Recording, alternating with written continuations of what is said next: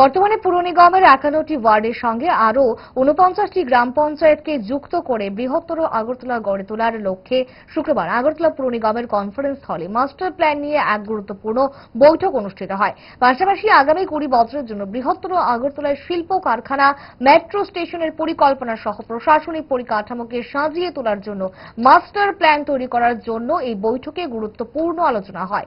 এই বৈঠকে উপস্থিত ছিলেন mayor Dipak Majumdar, deputy mayor, বিভিন্ন ওয়ার্ডের কর্পোরেটরগণ সহ প্রশাসনের বিভিন্ন স্তরের আধিকারিকগণ। সংবাদ মাধ্যমের সামনে মাস্টার প্ল্যানের গুরুত্ব তুলে ধরেন মেয়র দীপক মজুমদার। আগামী 20 বছর লোকসংখ্যা, তারপরে বিভিন্ন সরকারি বেসরকারি সংস্থার সমস্ত জায়গাগুলি করে দেওয়া, মানে কিছু কিছু জায়গা রাখা আছে যে যদি কোনো ইন্ডাস্ট্রি করা যায় বা কোনো রকম প্ল্যানিং থাকে গভর্নমেন্টের কিছু করা, সেটার জন্য আগে ল্যান্ডমার্ক করা থাকবে যে এটার জন্য নির্দিষ্ট করা আছে।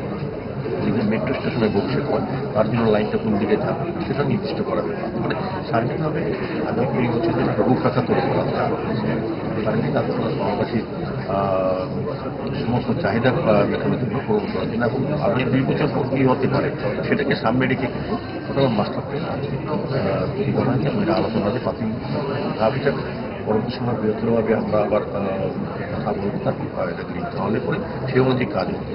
নিগম এলাকায় কি ভোট দিতে হতে পারে? হ্যাঁ, তো বললাম তো আগরতলার যে 51টা ওয়ার্ড আছে, যে অংশ আছে, তার থেকে 49টা পাশে গ্রাম পঞ্চায়েতকে সংযুক্ত করা হবে। পরে বৃহত্তর আগরতলা আগরতলা যেটা বলি সেইভাবেই প্ল্যানিং করা হচ্ছে আগামী 2 বছর মাস্টার প্ল্যান। ফাস্ট ফুড তো ফাস্ট লাইফের একটা পার্ট, সো প্রবলেম তো হবে, বাট আমার সলিউশন তারা 5 দশক ধরে গ্যাস, অম্বল ও পেটের সমস্যা একমাত্র সমাধান গ্যাস নল।